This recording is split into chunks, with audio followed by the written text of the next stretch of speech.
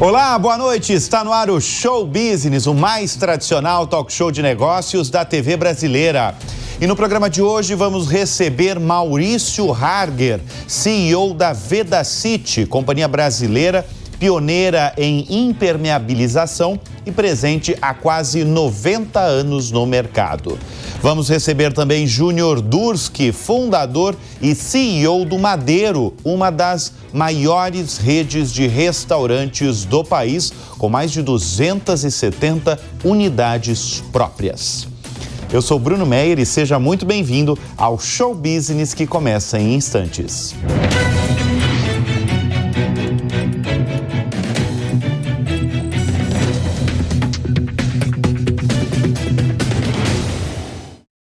Ele é engenheiro mecatrônico formado pela PUC de Minas e desde 2023 é CEO de uma companhia brasileira presente há quase 90 anos no mercado.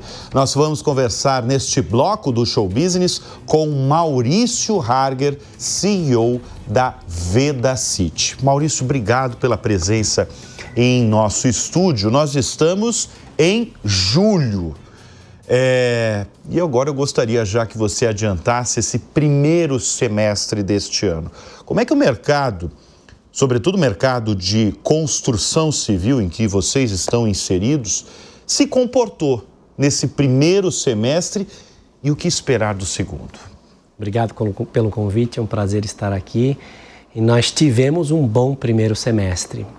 Dois indicadores que nós utilizamos para medir a venda de materiais de construção da indústria estão com sinais positivos e tendência de fechar praticamente no mesmo número o decorrer do ano. O indicador Abramat, que reúne as principais indústrias do setor, aponta um crescimento de 2,7% acumulado até a data e a projeção é que feche o ano em 2,8%. Já o indicador Cielo, que a gente acompanha apartado, que mede as vendas no varejo de materiais de construção, também mostra crescimento superior a 2%. O maior cliente de vocês é construtora? Não, no nosso caso não. Nós somos líder no mercado brasileiro, além de pioneiros, especialmente nos varejos. Tá. A gente tem um destaque de participação no mercado nos varejos e estamos em crescimento no mercado técnico, que é o mercado das construtoras, que representa cerca de 1/3 do mercado, a gente chama de mercado formal. O maior cliente nosso hoje são os home centers e os atacados e distribuidores regionais. Deixa eu destacar porque vocês fizeram o maior investimento da história da companhia. Volto a repetir, a gente está falando de quase 9 décadas. Vai completar 90 anos em janeiro próximo. É isso, sim, Maurício? E vocês fizeram esse maior investimento da história no ano de 2023 com uma nova fábrica em Itatiba, aqui pertinho de São Paulo, num investimento na casa aí dos 420 milhões de reais. Por que essa expansão expressiva e a maior delas na história?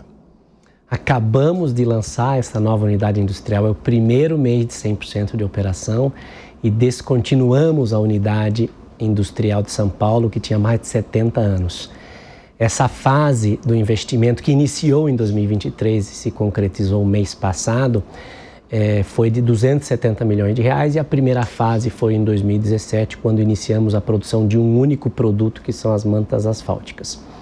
Existia já uma necessidade por conta do bairro em que nós estávamos há 70 anos, que é a Vila Isoldina, que se tornou um bairro de vocação residencial. Então, os vizinhos já não tinham grande interesse de ter uma indústria ali. E nós queremos nos preparar para os próximos 20, 30 anos. Tomamos a decisão de fazer, então, construir essa nova unidade industrial em Itatiba, que é um excelente ponto para distribuição. Tem rodovias que chegam ali, diferentes opções para distribuir para praticamente todo o Brasil, já que nós temos uma segunda unidade em Salvador. E é a unidade de maior capacidade, a mais moderna da América Latina. Então, criamos realmente uma plataforma para um crescimento acelerado nesses próximos 90 anos que queremos escrever. Quando você fala em crescimento, a ideia original era o quê? Dobrar, triplicar a produção? temos ambições bem audaciosas ainda não divulgadas para os próximos 5 anos. Então, neste momento, o nosso objetivo maior é colocar esta nova unidade industrial na sua plena capacidade e transformá-la numa plataforma de crescimento. Maurício, quando você fala em somos pioneiros, né? A gente está falando de um mercado de impermeabilização. Qual que é o tamanho desse mercado? Primeiro explica para o nosso espectador, para a nossa audiência, o que é a impermeabilização. Bem, a impermeabilização é um dos materiais e uma das etapas mais importantes da construção de uma residência, de um comércio, de uma indústria. Os benefícios de uma impermeabilização bem feita são, primeiro, uma construção duradoura, longa vida para sua habitação, bem-estar e saúde, já que uma residência, um comércio não impermeabilizado, causa mofo, bolor, que afeta a respiração e o bem-estar da família, das pessoas que ali habitam, além de deterioração de imóvel e problemas elétricos. Energia e umidade não combinam. Então, a impermeabilização acaba sendo muito importante e custa somente entre 1,5% e 3% da obra. Então, é um investimento que realmente vale a pena. As pessoas acreditam que os seus contratados, seja uma empreiteira ou uma equipe de profissionais da construção, fazem de maneira automática a impermeabilização, mas ainda existe uma consciência baixa de impermeabilização no país. O que é impermeabilização? São produtos químicos aditivos ao concreto, ao reboco, à argamassa, que protegem as paredes, os pisos, as lajes da umidade, da entrada de água e da umidade. Então a gente tem materiais ou materiais de construção químicos desde uma fundação ou de um baldrame até o piso, paredes e laje, sendo que laje, obviamente, são o maior consumo de materiais para a impermeabilização. Agora, o que representa isso, por exemplo, o Brasil? O que representa? Estamos bem nesse mercado? Nós temos ainda um potencial de crescimento e de conscientização bastante grande. O mercado mundial é na ordem de 35 bilhões de dólares de impermeabilização. No Brasil, estamos falando de algo como 5 bilhões de reais. Quando a gente faz uma conta per capita com mercados maduros, Estados Unidos, Europa, a gente percebe que o nosso consumo ainda é 1/4, talvez, desses países, o que aponta que precisamos usar mais materiais de impermeabilização para ter habitações mais duradouras.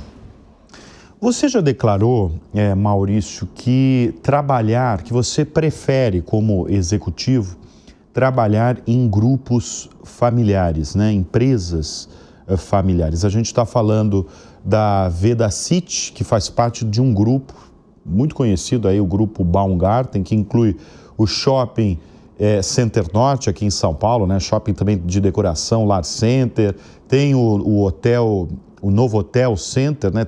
É dono também de fazendas em Goiás e também é dono da Vedacity. Por que essa sua preferência como executivo mesmo? Você que passou por outras companhias e está na empresa desde 2023, por que essa preferência em grupos familiares? É de controle familiar. De controle familiar. Apesar de as outras duas experiências recentes eram multinacionais, mas ainda de controle familiar, né? Eu gosto da perenidade da decisão do acionista. O acionista, ele sempre preza pela visão de longo prazo. De fato, olhar para a sua companhia no longo prazo e não, de repente, um resultado de trimestre do ano em decorrência de alguma necessidade de caixa ou de resultado econômico. E os grupos familiares não, eles sempre estão pensando no longo prazo, em valor agregado para o acionista, para suas ações, para os seus stakeholders de maneira geral. Então eu gosto dessa perenidade. Como executivo, isso acaba sendo muito positivo, porque você consegue mostrar o seu resultado. Tendo uma diretriz perene, um caminho claro, uma estratégia, você consegue trabalhar com a sua equipe e mostrar resultados, além de poder trabalhar com autonomia e numa direção consistente, né?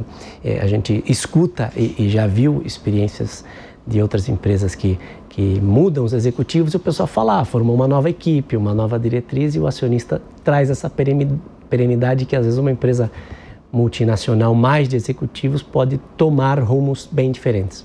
Agora, o que você acha relevante em empresas como a que você preside? Empresas que eu digo assim que têm décadas de existência e que mantêm relevância num setor durante décadas. O que você acha, tem um segredo? O que você acha determinante para ela manter a ascensão e, às vezes, nem a ascensão, mas manter relevância? A gente está falando de uma empresa quase centenária, mas que tem aí, vai completar em janeiro, 90 anos de fundação. E líder de mercado há muitas décadas, né? Então, eu acho que tem alguns fatores e dentre eles eu destaco que a decisão do controlador em algum momento de criar uma governança, que foi o que o Grupo Baumgart tomou há 8, 9 anos atrás, em que decidiu tomar a frente de criar essa governança, sair da administração. Há 8, 9 anos atrás, todos eles saíram e formaram um conselho de administração, um comitê de pessoas e um comitê financeiro. Isso foi muito importante para dar, pensando em continuidade de negócio, mais do que na decisão pessoal, no seu interesse pessoal. Normalmente, quando a gente olha os grupos familiares, a gente vai fazendo a estatística da perenidade ou continuidade da companhia, primeira, segunda, terceira geração, que é o nosso caso, e já a quarta geração em formação, as estatísticas de continuidade da empresa baixam para 4%. Então, e essa decisão veio num momento muito importante, né, de você saber o seu papel como acionista, se preparar, formar-se como acionista, conselheiro, para ter continuidade, né, e delinear toda a sua estratégia com base nisso em todos os negócios. Agora, uma coisa que eu percebo muito de muitas empresas brasileiras é a questão de sucessão.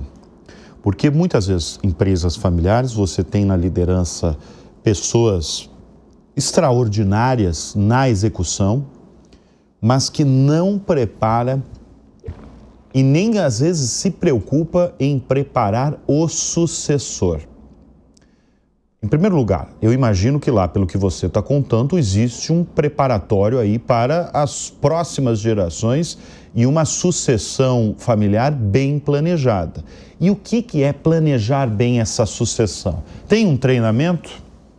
É bem importante. Acho que primeiro a gente tem que separar, né, o que é sucessão e o que eu destaco como continuidade empresarial, né? Para manter então, uma empresa...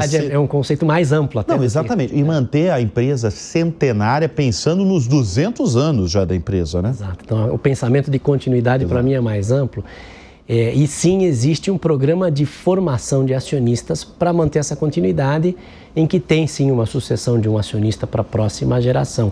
A governança do Grupo Baumgart é conhecida em todo o Brasil por sua disciplina, inclusive pela sua escola de formação de acionistas, né? Então, existe uma escola? Existe uma escola.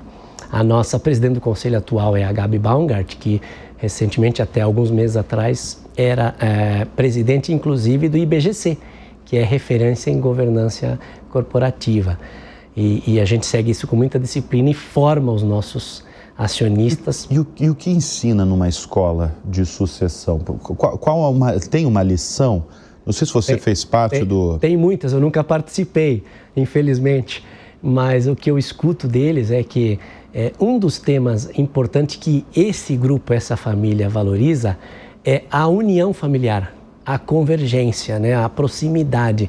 Então, como parte, além da formação, eles têm muitos eventos também de 3 gerações juntas, porque ainda nós temos um membro vivo da segunda geração, que é o senhor Roberto Baumgart, e eles fazem um fim de semana, por exemplo, todos juntos, em que eles convivem, que eles se divertem, que eles conversam. Então, essa união acaba sendo também uma das partes importantes que eu vejo como diferencial do grupo.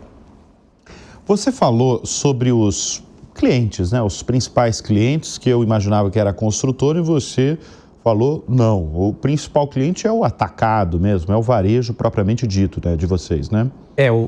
O varejo revenda, home center se destaca como individual, maior cliente, e atacado distribuidor, né? Agora, nesse cenário todo, o que o digital representa para vocês, para uma fabricante da construção civil? Em termos de venda, muito pouco, em termos de faturamento. E a gente também não vende para consumidor final. Nós temos a parceria com os nossos clientes, que são lojas, revendas ou atacados, que distribuem para outras revendas pelo Brasil afora, já que o mercado brasileiro tem cerca de 150 mil lojas de materiais de construção. Então, nós conseguimos atender cerca de 11, 12 mil, e aí temos mais, talvez 30 mil entre os nossos atacados e distribuidores. Então, eles sim, alguns deles que estão mais tempo no digital, chegam a ter 10, 12% da sua venda no digital, né? Então, os home centers têm, os varejos grandes têm. E o home center usam para também facilitar, aumentar a produtividade do seu pedido também para o lojista. Agora, o que a gente está investindo muito no digital, que é uma tendência, todo mundo hoje adora falar com o ChatGPT, perguntar, ou as outras ferramentas, o Gemini, o Claude. A gente acabou de lançar na Feicom, há alguns meses atrás, um WhatsApp que está conectado com um ChatGPT e que responde dúvidas dos nossos profissionais, balconistas, pedreiros, pintores, engenheiros, donos, proprietários de loja, sobre toda a nossa linha de produtos, seja a forma de usar, a quantidade, o melhor produto para aquela aplicação, para aquela região do Brasil.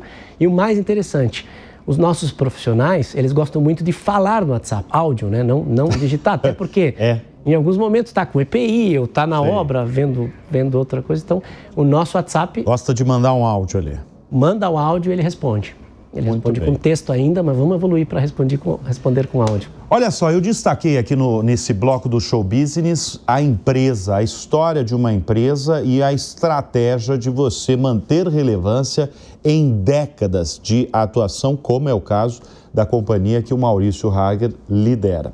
Mas eu gostaria de destacar agora a trajetória profissional, porque o Maurício, como vocês estão vendo, é um cara jovem, mas você virou líder de uma empresa antes dos 40 anos e eu arrisco dizer que você foi o CEO mais jovem que passou aqui pelo Show Business, porque eu já entrevistei CEOs que passaram por essa cadeira que viraram CEOs aos 39 anos. Mas Maurício Harger bateu um recorde, porque você virou CEO aos 35 anos, é isso? Sim.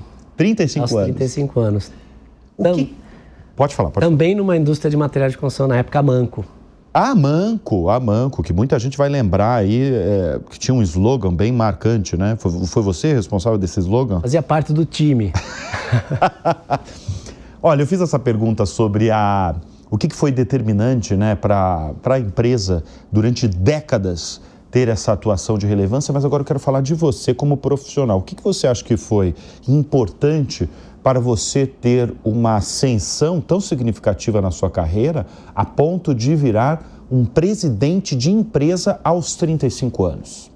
Exato, e na época, de fato, foi diferenciado, né? Importante você falar isso também, porque hoje você, com tanta startup pelo mundo, pelo Brasil, hoje você tem muitos CEOs aos 35 anos, mas quando você virou CEO, não era nem um pouco comum, né? Não, inclusive a Forbes fez uma reportagem de capa, CEOs do Brasil abaixo de 40, que na época eram os destaques, né? Os diferenciais. Hoje, as revistas, as publicações falam abaixo de 30, né? Em decorrência do mundo de tecnologia que mudou um pouco, né?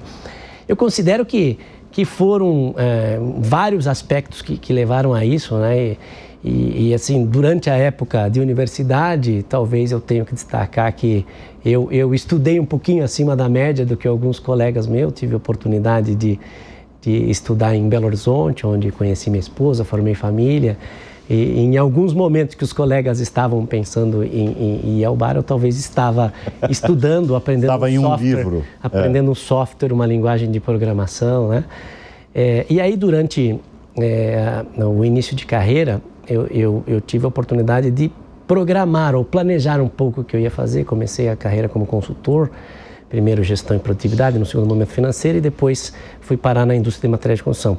Eu acho que coragem foi algo que eu sempre mantive comigo, resiliência, que se você buscar todos os estudos dos principais executivos, presidentes, CEOs, resiliência é uma característica marcante de executivo sênior, né?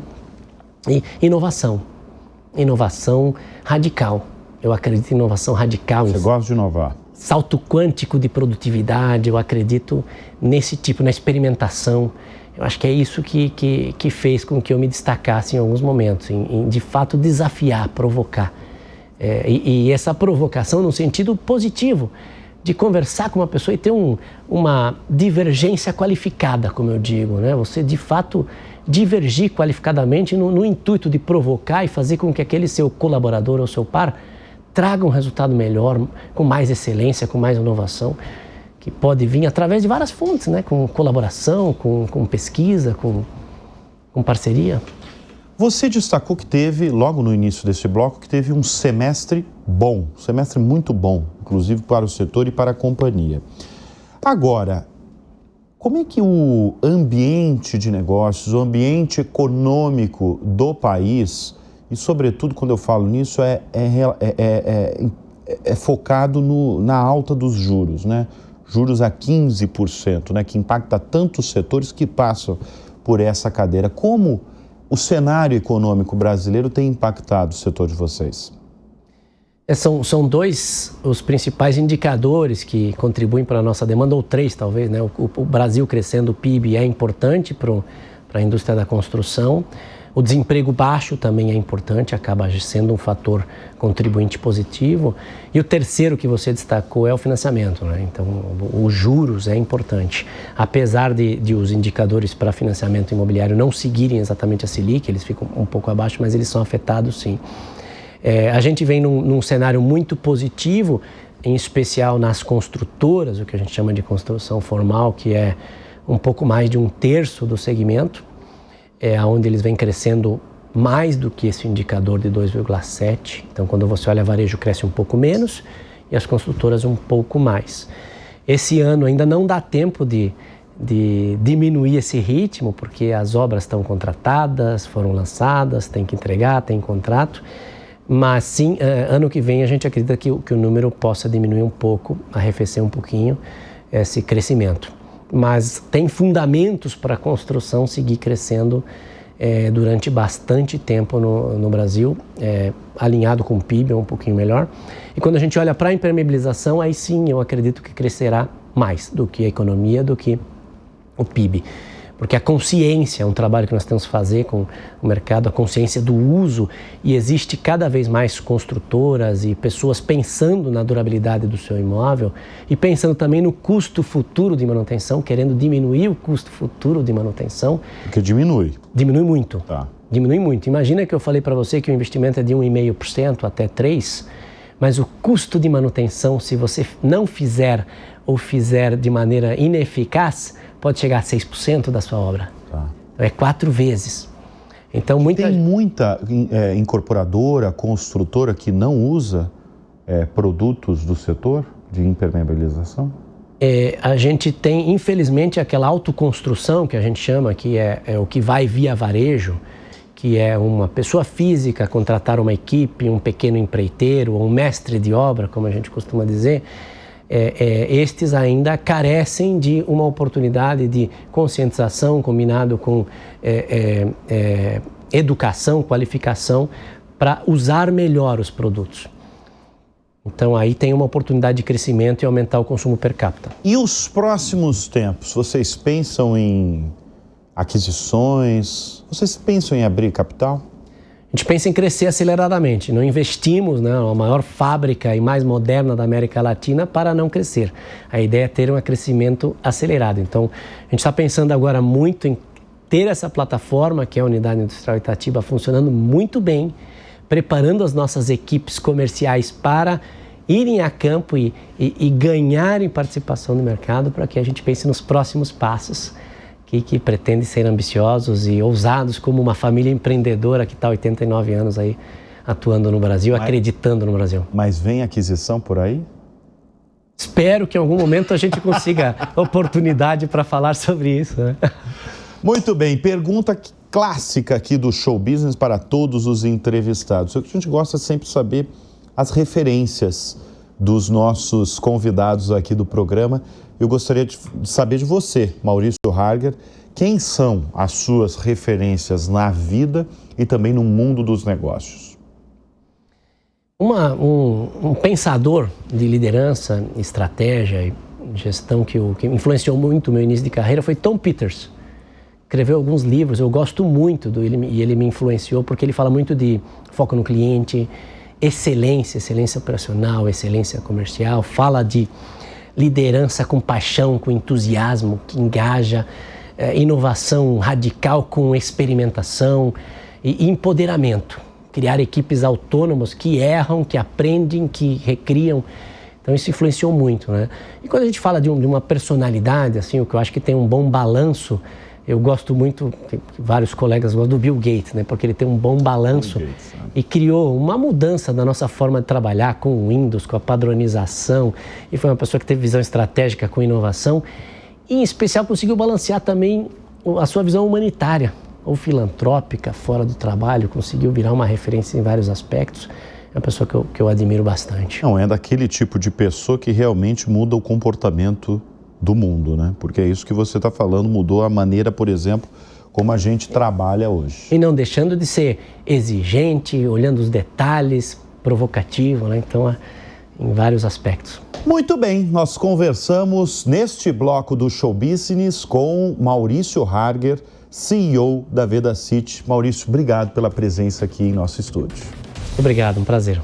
Ele criou e comanda um dos maiores grupos de restaurantes do Brasil. Nós vamos conversar nesta edição do Show Business com Júnior Durski, fundador e CEO do Grupo Madeiro. Júnior, obrigado pela presença. Obrigado a você, Bruno.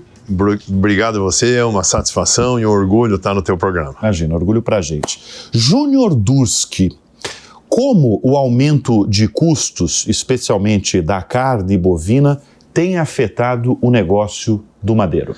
Bom, evidentemente subiu muito, o nosso custo do CMV, do custo dos produtos subiram muito, mas nós aumentamos nossa venda. O ano passado nós tivemos um same store sales, que é a mesma venda dos mesmos restaurantes, deu 11%, e isso nos equilibrou a margem, sabe? Então a gente perdeu no custo dos insumos, mas ganhamos no same store sales, isso equilibrou, então estamos bem. Agora, vai chegar no consumidor final o repasse aí desse aumento? Um pouco chega, a metade do que subiram esses insumos, nós repassamos. Nós tivemos outras altas importantes. O imposto do ICMS aqui em São Paulo, que é a metade da nossa venda, subiu, 25% no começo do ano.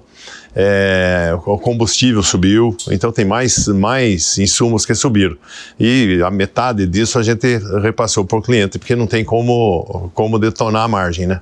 Antes de falar de toda a operação do Grupo Madeiro, que é uma operação grande e é uma operação complexa, de certa forma, porque a logística está com vocês, e logística num país como o Brasil não é fácil. Eu quero destacar o desempenho de vocês no ano de 2024, no ano passado, porque a receita bruta do Grupo Madeiro foi de 2 bilhões e 200 milhões de reais, com um lucro líquido de 219 milhões de reais. Esse número que eu acabo de falar representa o que na história do Madeiro?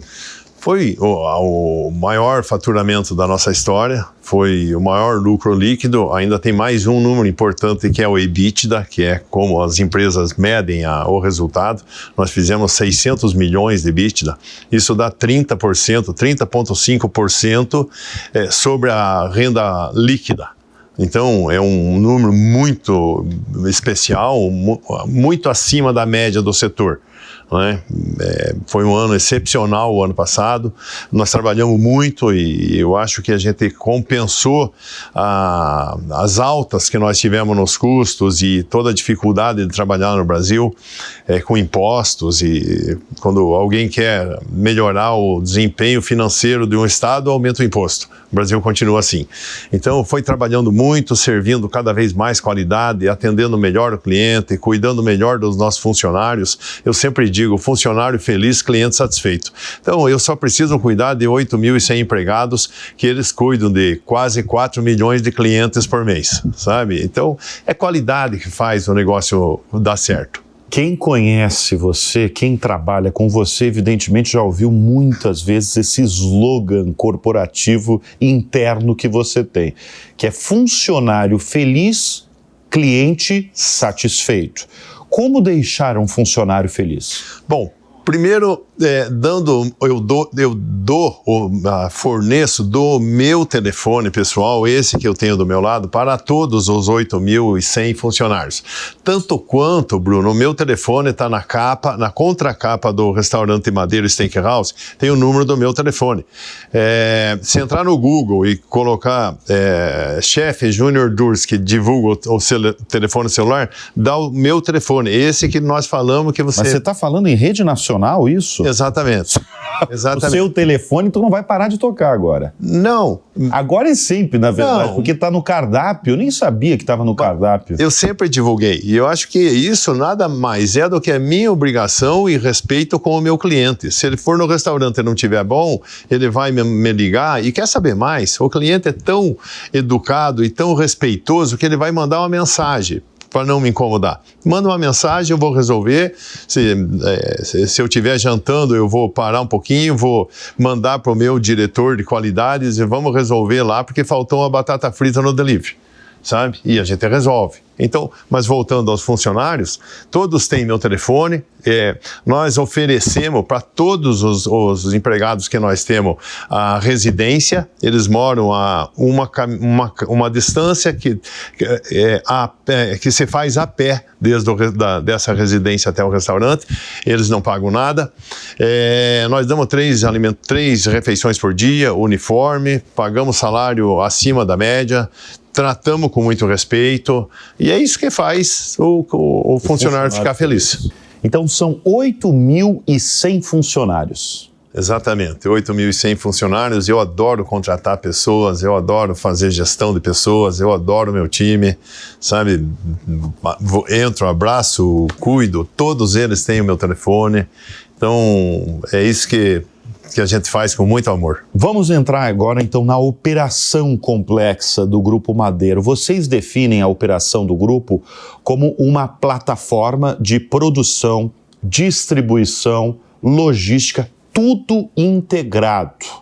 Como é que é o processo? Desde da produção, né, da produção dos alimentos, que são orgânicos, não sei se todos ou a maior parte, até chegar nas lojas. Veja bem, além disso, nós somos dono das marcas, fomos nós que inventamos os restaurantes, fundamos os restaurantes, somos donos das marcas, nós operamos os restaurantes, nós temos 280 restaurantes próprios, nós não temos franquia, então isso te dificulta mais a operação. Enfim, a gente produz, a gente transporta, nós somos dono das marcas e nós operamos os restaurantes, fazemos a cadeia inteira. Além disso, nós temos uma construtora dentro do Madeiro que construímos os restaurantes, nós temos um escritório de arquitetura, que inclusive a Catherine, minha esposa, é a arquiteta-chefe, os restaurantes são lindos, enfim, é tudo feito em casa. Eu acredito que quando você faz, você vai fazer bem feito e fazer melhor. Como é que funciona a abertura de novas unidades? Você acabou de falar que não tem franquia. Por que não ter franquia? Não tem franquia, primeiro pela qualidade.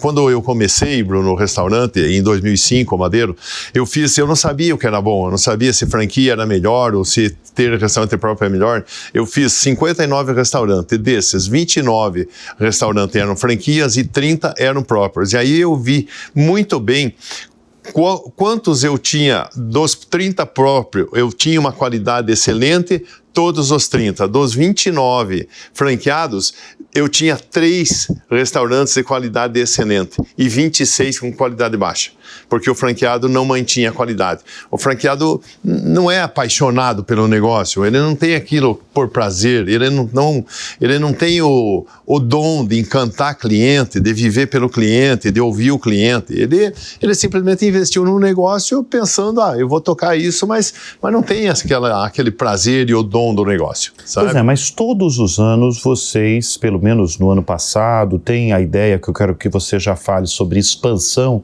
de restaurantes restaurantes. Como é que funciona a expansão? E eu imagino a seleção aí, porque você... como é que você define? Você tem novos sócios a cada novo restaurante em alguma região do Brasil? É mais ou menos novos sócios. E cada restaurante que nós abrimos, e para abrir um restaurante nós temos um diretor de expansão que vai procurar os restaurantes, os shoppings, os pontos, e depois quando ele aprova, vai o nosso vice-presidente de operações, Rafael Melo, ele vai aprovar também, e depois eu vou aprovar também, e aí que a gente considera aprovado quando os três. Eu vou em todos. Você vai em todos? Vou em todos. Tá. Eu vou em todos. Está no nosso processo isso. Lá na pandemia, eu não fui em todos. O Rafael também não foi. Às vezes fui eu, às vezes foi ele.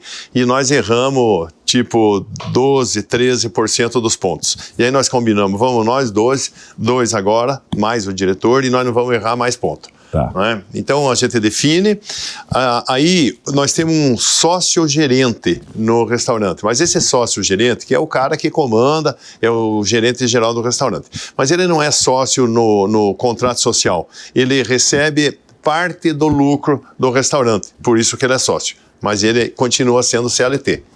O que determina, por exemplo, você, com a palavra final, quando você chega num lugar e fala assim, aqui vai ter um restaurante do meu grupo, ou aqui não entrará uma marca do meu grupo? Veja bem, ninguém tem bola de cristal.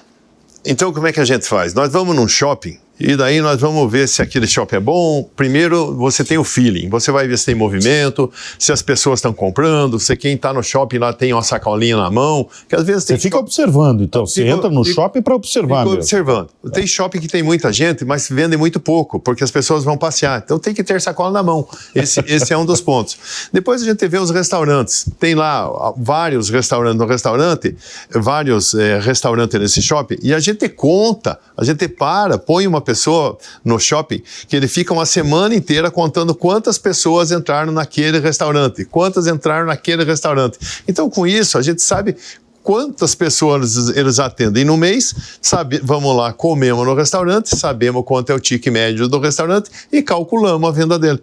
Então, aí nós sabemos vender bem, nós podemos ir ou não. Vocês tiveram a entrada no Nordeste, foi quando? Nós entramos, tem uns 10 anos que nós entramos no Nordeste. Vocês estão em todas as regiões do Brasil? Não em todas. A gente foi para Bahia, para o Ceará, para Pernambuco, nós temos em Aracaju, vamos fazer esse ano em Maceió, em Alagoas, mas não temos em todos. Temos em Belém, daí no Norte, temos em Palmas, no Centro-Oeste, mas nós paramos de fazer a expansão do Nordeste, que é muito bom para vender, a gente gosta muito do Nordeste, mas o imposto lá é mais caro do que no Sudoeste do Brasil e no Sul do Brasil. A gente perde 6 pontos percentuais para ir para o Nordeste. A gente está falando aí de expansão pelo Brasil, dessa operação complexa do Grupo Madeiro, do ano de 2024, que foi um ano extraordinário aí para vocês. Espetacular. Né? Espetacular, para usar as palavras do Júnior Durski. Mas vocês chegaram a ter uma dívida bruta que chegou a rondar ali R$1 bilhão. E faz pouco tempo, em 2022, evidentemente, porque o setor de vocês foi amplamente afetado pela pandemia. Como é que vocês conseguiram, como é que é lidar num setor, Júnior, que uma hora vocês estão num ano espetacular e há 3 anos vocês estavam aí numa situação de dívidas quase bilionárias? Veja bem, Bruno, a gente vinha numa situação muito boa antes da pandemia e a pandemia realmente prejudicou muito o nosso negócio. Todo o setor da alimentação e muitos outros setores foram muito afetados na pandemia.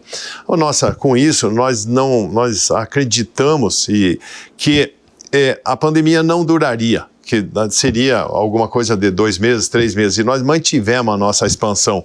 Durante a pandemia, nós fizemos 102 restaurantes durante a pandemia. Sim, em isso 20 e 21. Isso, de 20, 21 e 22, que ali ainda tinha, né, teve lá o Omicron e tal, e aquilo foi se alongando. Com o apoio dos bancos, a gente foi endividando um pouquinho mais e pegando mais dinheiro emprestado e fazendo restaurantes e aproveitando o bom momento que era aquela época, porque tinha fechado muitos negócios dentro dos shoppings, por exemplo, tinha muitos pontos bons disponíveis, e nós aproveitamos e fizemos a expansão. E a pandemia não acabava, então nós chegamos a nossa, e esse é o mais importante, a nossa relação dívida e EBITDA chegou a 7 vezes, nesse momento chegou a 7 vezes. Isso quer dizer, para nós pagar a nossa dívida, nós precisava do EBITDA de 7 anos da companhia. E a gente, aí quando vimos que estava nessa situação, resolvemos, vamos parar, vamos acertar o financeiro agora, e nós diminuímos muito a expansão, fizemos muito pouco restaurante em 24, 20 e 23, muito pouco, e trabalhamos muito e focamos na operação e no resultado. E aí nós fechamos o ano passado na relação dívida e EBITDA com 0,9 vezes dívida e EBITDA, que é uma situação absolutamente saudável. Os bancos consideram até 3 vezes é muito bom. O nosso é 0,9. Agora, você está falando do ano de 2024 e 2025. Como é que começou o ano de 2025 em primeiro lugar? Bom, começou espetacularmente bem de novo, porque quando a gente sai de um ano muito bom, a tua saída é muito boa, você sai muito bem. Uma arrancada. A arrancada é muito forte, sim, sabe? Então, e tanto quanto nós acreditamos que se nós trabalhasse mais, se nós se dedicasse mais, se nós melhorasse mais ainda a nossa qualidade, atendesse melhor o cliente, cuidasse melhor dos nossos funcionários, nós ia vender mais, e aconteceu. Nosso same store sales foi de 11% no ano passado, quando a média do setor não passou de 3 ou 4%. O nosso foi 11%. Então, nós saímos com esse arranque. Então, o primeiro trimestre, janeiro e fevereiro, nós fomos muito bem, tanto na venda quanto no resultado, e vamos ter um ano muito bom. Em relação à expansão, esse ano o que vocês planejam? Entre 15 e 20 restaurantes novos, e vamos hibridar 110 restaurantes esse ano. Que é extremamente significante, né? 280, então 120 receberão o modelo híbrido. Híbrido, exatamente. Então é como se nós tivéssemos mais 120 restaurantes, porque nós temos, vamos dizer, nós temos 90 Jerônimo, nos 90 nós vamos colocar o Madeiro dentro, então vamos ter mais 90 Madeiro, e mais 30 Madeiro nós colocamos Jerônimo. Quem são os donos do Grupo Madeiro hoje? Você, evidentemente, tem a maior parte, tem o fundo de Private Equity Carlyle, ele tem quantos por cento? Ele tem 34%. 34%. Eu tenho meus executivos, meus sócios, que eu doei as ações, tem 5%, e eu tenho o restante. Você tem o restante. E a relação com o fundo americano é boa? Muito boa, muito boa. Eles são... Porque é um fundo que administra e administrou outras marcas do varejo alimentar no país.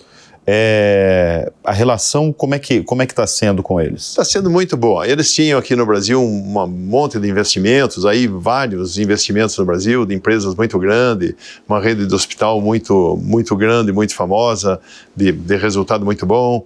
Enfim, tinham outras atividades, outras empresas de universidades e tal, eles venderam todas elas e só são sócios no Brasil hoje do Madeiro. Júnior Durski, o que moveu você a criar o Madeiro? Bom, eu morei em Rondônia, eu nasci no interior do Paraná, mudei para Rondônia com 22 anos, fui ser madeireiro lá, morei 20 anos, tive 2 filhas, as 2 mais velhas lá em Rondônia, voltei para Curitiba em 99 e senti falta de cozinhar, Bruno. Eu cozinhava lá o tempo inteiro, porque eu que fazia a minha comida, não tinha restaurante. Em Curitiba senti falta de cozinhar e resolvi abrir um restaurante. Em 1999 abri o restaurante Durski, que é um restaurante... Não era Madeiro o nome. Não era Madeiro. Era o seu sobrenome. nome. Exatamente, um restaurante de comida polonesa e ucraniana, que eu sou polonês e ucraniano. E fiquei tocando o restaurante, o negócio não foi bem, não vendia muito, mas eu gostava, meu escritório era em cima, eu tinha me mudado para Curitiba. E aí em 2005, o restaurante Dursk de comida polonesa e ucraniana não vendia muito, porque lá no Paraná, você sabe, tem muito polonês e ucraniano, mas o pessoal que imigrou para o Brasil, a gente sabe de duas coisas que eles fizeram. Eles trabalham muito e economizam muito. Então, é mais barato fazer em casa. Não gostam de sair para pagar ali, para pagar ainda mais caro. Exatamente. E sabem fazer, sabem cozinhar. Então, mas aí eu resolvi abrir o restaurante Madeiro Steakhouse em 2005, num imóvel que eu tinha comprado exatamente no lado do restaurante Dursk. Porque aí eu pensava, com carne, aí eu vou vender muito mais. E de fato, depois que eu acertei a operação, mesmo no Madeiro, os 5 primeiros Madeiro eu não consegui acertar e os 5 deram errado. E daí, depois que eu tinha 5, eu fui mexendo na operação e descobri que eu tinha uma venda baixa porque o preço era muito caro, sabe? E depois eu diminuí o preço. Fiz uma mudança no produto, não de qualidade, a gente nunca negociou qualidade, mas de tempo, de poder servir mais rápido, diminuímos o tempo, conseguimos reduzir o produto e aí estourou. Quer dizer, o seu primeiro negócio, então, não deu muito certo, o Dursk ali, não teve sucesso ali, principalmente financeiro, né? Como é que é lidar, Júnior? Porque a gente está falando, acabou de falar aí da dívida que o grupo teve em 2022. Só que você é acostumado, de certa forma, a lidar nem sempre com sucesso. Você tem na sua trajetória profissional também, não vou chamar de frustração porque não é, mas de experiências que não foram bem sucedidas. Como é que é lidar com isso? Lidar com isso é normal para quem é empreendedor. No Brasil é isso. Não espere que vai ser uma tranquilidade. No Brasil não se pode esperar. Você tem um ano bom, tem outro ruim.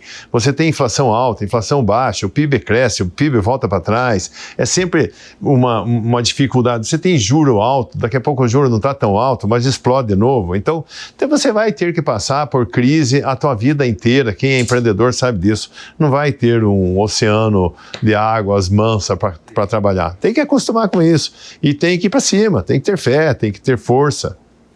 Como é que anda o varejo alimentar, aliás, no país? Porque eu estou falando da sua companhia, né? Mas o setor brasileiro, como anda? Não, eu acho que está em dificuldade. Está em dificuldade, sabe? Não está fácil, o setor não está crescendo, as vendas, same-store sales daquelas companhias que têm o capital aberto, que a gente tem acesso às vendas, o same-store sales é baixo, o resultado é muito baixo de EBITDA, de lucro, sabe? Tem muita gente sofrendo aí no nosso ramo aí, não está fácil. Agora, você falou, a gente estava falando aí da sua primeira experiência com o restaurante, né, com o Dursk, que não deu muito certo. O que você acha que foi determinante para o sucesso do seu negócio? Qualidade. Qualidade e qualidade. Sabe, esse é o segredo, tem que ter qualidade. O cliente hoje é muito perceptivo, ele sabe se é bom ou não, ele sabe a diferença. Quando nós começamos no Madeiro, eu tinha feito alguns restaurantes próprios e alguns restaurantes franqueados. E os próprios estavam indo bem e os franqueados nem tanto. Ou alguns dos franqueados estavam bem, outros não tanto. E aí eu ia lá estudar o porquê que aquele restaurante não estava vendendo. E quando eu chegava no estudo de verdade, a qualidade não estava muito boa. E o cliente percebe e não volta. Se a qualidade for boa, ele percebe e volta. Ele sai feliz do teu restaurante e vai voltar. Esse é o segredo. Você tem 5 filhas? Tenho 5 filhas. A mais velha tem 35 anos e a mais nova tem 4. Tem 4 anos? E agora eu tenho que falar o nome de todas. A mais velha é a Laís, a Maísa é a segunda, depois a Isabela, a Alice e a Cecília. Só uma trabalha com você, porque evidentemente a Cecília de 4 anos não pode trabalhar, né? Não pode, mas ela é minha garota propaganda no meu Instagram. É mesmo? A Catherine, a mãe dela, minha esposa, grava uns vídeos, fui no Madeiro, estava maravilhoso. Ô Júnior, quais as lições, os conselhos que você passa para suas 5 filhas? Ai, vão ter que trabalhar. Se quiserem, se quiserem fazer sucesso, vão ter que trabalhar. É isso aí. Não serão herdeiras. Não, herdeiras vão ser, né? Mas aí não é... Herdeiras que eu digo assim, vão pegar a parte da herança e não trabalhar. Você é do lema que precisa trabalhar. Tem que trabalhar, não, sem esforço. Assim, tem pessoas que nasceram mais inteligentes que as outras. Essa não precisa muito, essa acho que dá um jeito. Mas eu não sou mais inteligente, então eu preciso trabalhar. E acredito que as minhas filhas também vão ter que trabalhar se quiser fazer sucesso. O que você acha que é determinante num profissional, numa pessoa mesmo, aquela pessoa bem-sucedida? O que é determinante, além do trabalho? Humildade. Humildade é uma coisa muito importante. Tem que ser humilde. Para cada degrau do sucesso, tem que subir 2 degraus da humildade. Eu acho que você tem que ser humilde, tem que olhar para o umbigo. Cara, eu não sou o que não erra, eu sei que eu erro, eu tenho que reconhecer o erro, tenho que pedir desculpa. Quando o cliente falar, olha, recebi um pedido e não estava bom, eu acredito em você, está feito, vamos mandar outro, não tem problema nenhum. Isso aqui não está bom, desculpa, nós erramos, nós vamos corrigir. E não é que eu vou teimar e dizer, não, você que não está sabendo avaliar. Não, nós estamos errados, vamos corrigir. Quem conhece você sabe que você é um apaixonado por esporte, né? Você se dedica aí quase 2 horas ou 2 horas diárias ao esporte. Você faz musculação, você faz corrida, entre outros, tênis. Você realmente você se dedica ao esporte. Desde quando e por quê? A vida inteira. Quando eu morava em Prudentópolis, na cidade que eu nasci, eu tinha desde, 10 anos, eu sempre gostei muito de esporte. E exatamente no lado de Divisa de Muro, fizeram o ginásio de esportes da minha cidade. Não era um ginásio, lá se chamava cancha. Então eu ia para a escola, quando chegava da escola meio-dia, almoçava, pulava o muro, ficava nessa quadra de esportes, até minha mãe chamar do muro lá, vem embora para jantar e tomar banho e dormir. E eu ficava lá jogando futebol, handebol, vôlei, basquete, e sempre fui o pior do time. Nunca tive habilidade, nunca tive talento, mas eu era o mais esforçado. E daí eu pegava banco sempre. Pelo menos eu era reserva. E de vez em quando eu entrava a jogar, sabe? Mas eu amava aquilo, sabe? Então, mas era no esforço de novo. Ô Júnior, você vem então de uma família simples. Simples. Do interior do Paraná, né? Simples. Vamos dizer, tradicional. Mais simples, mas é tradicional. Meu bisavô foi o primeiro prefeito da minha cidade, sabe? O meu tataravô foi o primeiro imigrante polonês a imigrar oficialmente no Brasil. Aí sim, esse cara era um gênio. Ele era músico, professor de línguas, Jerônimo Durski. Enfim, a gente está falando de simplicidade. Hoje, evidentemente, você é um homem muito rico. Como é que você lida com o dinheiro e no que você investe? Assim, eu não sei o que é ser rico, sabe? Sei lá, eu sou rico, eu tenho avião, eu tenho helicóptero, né? Eu tomo bons vinhos e tomo todo dia, adoro a boa mesa, e a boa mesa com bom vinho fica muito melhor. Eu viajo 2 vezes por ano, 3 vezes por ano para assistir campeonatos de tênis no mundo. Então, mas assim, eu não me considero que eu sou rico no sentido da palavra rico, sabe? No sentido financeiro, né? Eu sou simples, eu gosto de ser simples, de ter hábitos simples, sabe? Eu faço meus ovos mexidos de manhã cedo, sabe? Gosto de arroz, feijão e bife, como churrasco é a minha paixão. Seu prato preferido? É meu prato, totalmente. É minha paixão. Muito bem. Eu vou fazer uma pergunta que a gente faz em todos os programas aqui do Júnior Durski, que revela muito da persona que passa por essa cadeira. Quem são as suas referências no mundo dos negócios e também na vida?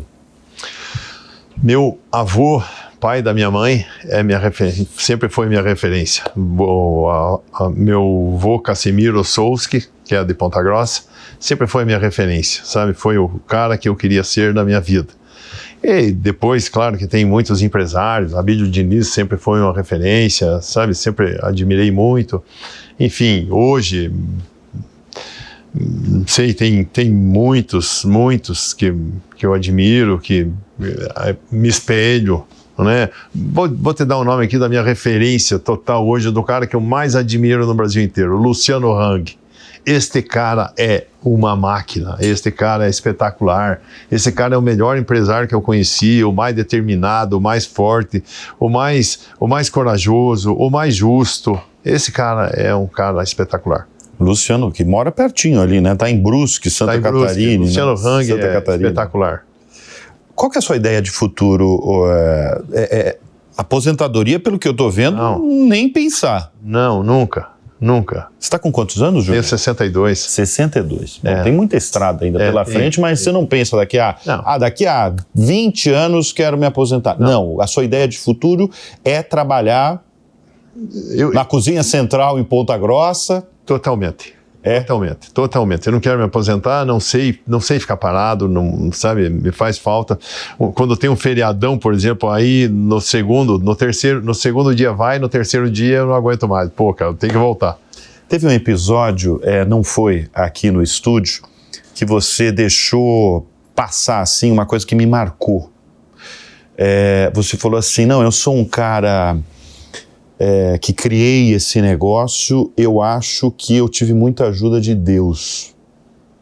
Você é um homem muito religioso? Sou muito crente em Deus. Sou religioso, não tanto do ponto de vista de ir na missa, vou, mas não é assim com uma frequência tão grande, já foi melhor. Mas a minha fé em Deus é muito grande, sabe? Eu acho que Deus criou tudo, Deus que te abençoa e com Deus você vai bem. E que quem respeita as leis de Deus está fazendo um bem para o mundo, principalmente respeito ao próximo, e é isso que vale. Muito bem, que papo agradável com você. Repito que é um grande prazer recebê-lo aqui em nossos estúdios em São Paulo. Nós conversamos com Júnior Durski, fundador e CEO do Grupo Madeiro, uma das maiores redes de restaurantes do Brasil. Obrigado mais uma vez. Foi um prazer. Pela presença. Foi um prazer.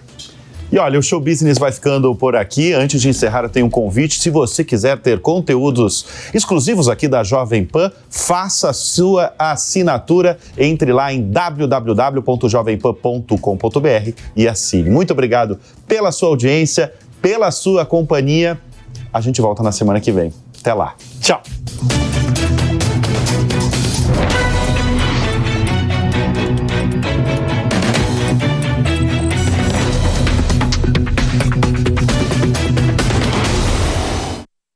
A opinião dos nossos comentaristas não reflete necessariamente a opinião do Grupo Jovem Pan de Comunicação. Realização Jovem Pan.